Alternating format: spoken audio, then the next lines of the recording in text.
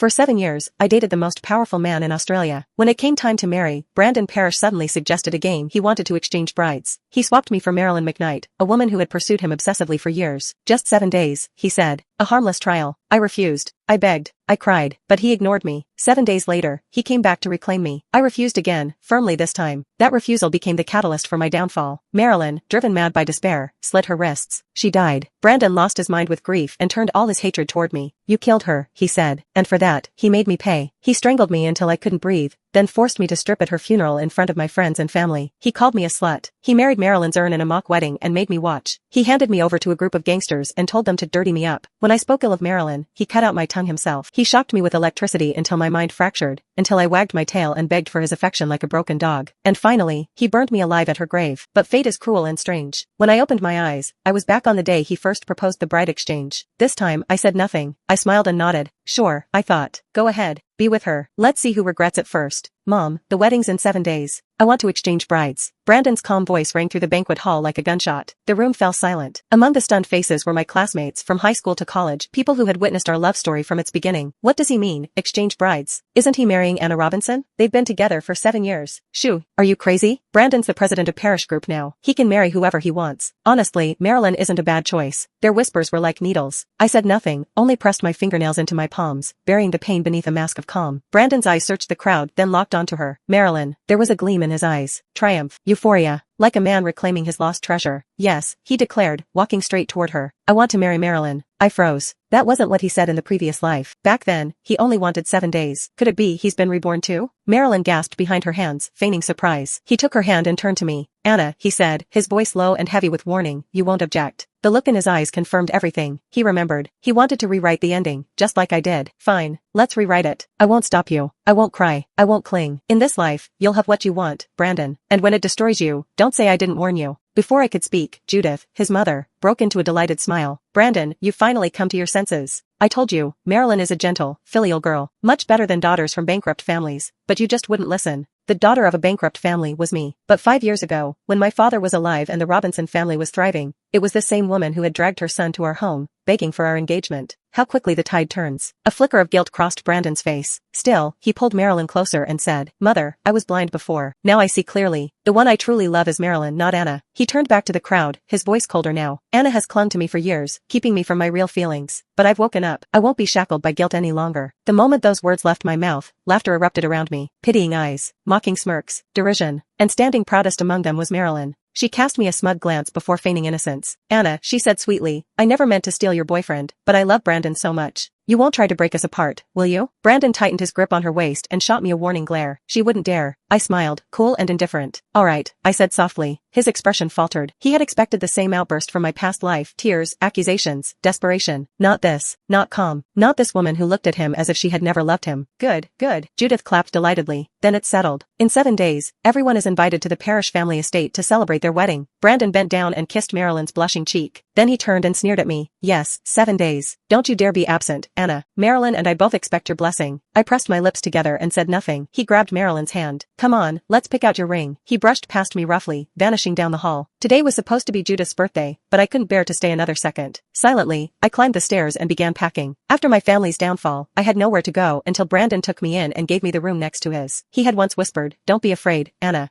You'll always have a home with me. I'll protect you. But promises only last when love does. Just as I began folding clothes, the door slammed open. A boot kicked over my half-packed suitcase. Suzanne, Brandon's little sister, stood there, arms crossed, her face gleaming with triumph. Well, the vixen's finally leaving. I've been waiting for this day forever. I had once treated her like a real sister. I had risked my life for her literally. When she was kidnapped, I had been the one who bled for her. 3 stab wounds. Almost died. And all it took for her hatred to bloom was a man, one who publicly said he liked me, not her. She became best friends with Marilyn, my rival, and schemed daily to get me kicked out. I looked up and met her eyes, fury bubbling in mine. She slapped me, hard. What are you glaring at? She hissed. Still think you're my sister-in-law? You're just a cheap, seductive bitch. She raised her hand to strike again, but this time, I caught her wrist. I rose to my feet, face to face with her. My voice was cold. I may not be your sister-in-law anymore, but I am your savior. Did you forget who dragged you out of that hellhole? Or has gratitude become too heavy for the Parrish family to carry? Then I shoved her. She stumbled backward, crashing onto the bed. Stunned, she gawked at me, then shrieked. You pushed me? Even my brother and my mother wouldn't dare push me. I'm the little princess of this house. Seconds later, Judith stormed in, bodyguards in tow. Suzanne burst into fake tears and dove into her mother's arms. She hit me, Mommy. She dared to lay a hand on me. Judith didn't speak, just gave a signal. The bodyguards grabbed me roughly, twisting my arms behind my back, yanking my hair until I was forced to look up. The slap came. Then another, and another. Each strike rang out like a gunshot, slicing through the silence. The sharp smack echoed relentlessly through the room. Judith didn't stop until her hands went numb, trembling as she shook them. My face was swollen, blood trickling from the corners of my lips. The pain stung, but compared to the horrors I endured in my past life, it was nothing. I've hated you for a long time, Judith spat with venom. If it weren't for my son protecting you, you'd have been out on the streets ages ago. You're nothing but a dog living under someone else's roof and you dare to bark at your master? Her eyes burned with scorn as she sneered. How can you even compare to Marilyn? Her parents run the Eastbridge Holdings. And you? A poor orphan with no standing. She looked at me with cold pride, clearly satisfied by Marilyn's prestigious background. She'd been desperate to tear us apart for years, but Brandon had always stood by me. Thankfully, it seemed he had finally woken up and seen through my facade. Watching Judith revel in her moment of triumph, I couldn't help but sneer inside. After all her praise for the rich and ruthless trampling of the weak, she too could stumble. And Marilyn? That sweet little flower wasn't as innocent as she appeared. She had dark secrets beneath that porcelain smile. But I wasn't about to dig up parish family dirt. Not again. The bodyguards released me, and I collapsed to the floor, drained. Looking up into Judith's eyes, I smiled softly. You're right. I don't measure up to Marilyn. So I'm moving out. Judith's brow furrowed in confusion at my meek tone, but she only said, you know when. With that, she gathered her precious daughter and swept away gracefully. I pulled out my phone and sent a message to someone I hadn't contacted in ages. Can you help me get a certificate? The message disappeared into silence. Minutes later, a reply came slowly. Meet me at the provincial registry office in 30 minutes. Don't stand me up. Appointment made. I resumed packing. I didn't have much, mostly things Brandon had given me, including an album filled with memories from high school to college. I left the album and everything else behind, taking only a few sets of clothes. At the garage, I loaded my bags into the trunk, started the engine, and prepared to leave. That's when the maid, carrying a white puppy, purposely let it slip from her arms just as I passed. I slammed on the brakes, but it was too late. The maid screamed, "Ah, Omar, Omar, no." I rushed out, heart pounding, and saw the puppy crushed beneath my tires, dead in a brutal instant. My Omar. At that moment, Brandon returned, holding the engagement ring, accompanied by Marilyn. Without waiting for the car to stop, Marilyn jumped out, tears streaming down her face. Omar, how could this happen? My Omar. Omar was Marilyn's dog. With her parents abroad, Judith had allowed Marilyn to live at the parish family estate. The servant pointed accusingly at me. It was her, Miss Robinson. She ran over Omar. Marilyn bit her trembling lip, shooting me a venomous look before collapsing into Brandon's arms, sobbing. Brandon, Omar has been with me for 7 years. When you were away, it was the only thing that kept me going. More than family, and now Anna has taken him from me. It hurts so much. Brandon's eyes flickered coldly between the lifeless dog and me, so full of fury it could kill. Then Brandon said to the servant, "Go to Miss Robinson's room and bring her cat here." The servant pointed to my open car window. Miss Robinson's cat is already in the car. He moved to open the door and grabbed my cat. I quickly blocked him. What are you doing? Carrie was left to me by my father. No one is allowed to touch him. Carrie is a ragdoll cat I've raised for 4 years, gentle and obedient. Step aside. Brandon grabbed my shoulder and shoved me roughly. I stumbled, falling hard onto the rough asphalt. My palm scraped and bled, but I barely noticed the pain. I pushed myself up, desperate to stop him. He reached in and grabbed Carrie by the scruff of his neck. Carrie, thinking he was being petted, licked his palm affectionately. But instead, Brandon tightened his grip and yanked him out. No, Brandon, don't hurt Carrie. I dropped to my knees before him, clutching his trouser leg, begging desperately. Omar jumped out suddenly. I didn't mean to hit him. Please, ask me to do anything, even apologize to Marilyn, but please don't hurt Carrie. When I first brought Carrie into the He household, Brandon himself had teased the cat, bought him food, and even built him a climbing frame. We'll protect Anna together, Carrie, he had said fondly. But now Carrie was in Brandon's grasp, completely vulnerable at his mercy. Fear twisted my chest as I kept bowing, begging him to spare Carrie's life. My forehead struck the hard ground repeatedly, soon stained with blood, but I couldn't stop. I was terrified that if I stopped, Carrie would die. A flicker of pity crossed Brandon's eyes, but Marilyn's sobs cut through the moment. Anna, Carrie's life matters, but Omar's doesn't? I think you're just jealous of Brandon's new bride and want revenge. I can't live without Omar. Brandon's face hardened. Don't worry, I will avenge Omar. Then, with cruel finality, he raised Carrie and slammed him onto the ground. No, I screamed, lunging forward. Marilyn grabbed his arm. Anna, don't go near him. You'll get hurt. Carrie's tiny skull hit the pavement. He whimpered, pain and confusion in his eyes. I dropped to my knees, cradling the trembling cat as tears spilled uncontrollably. Carrie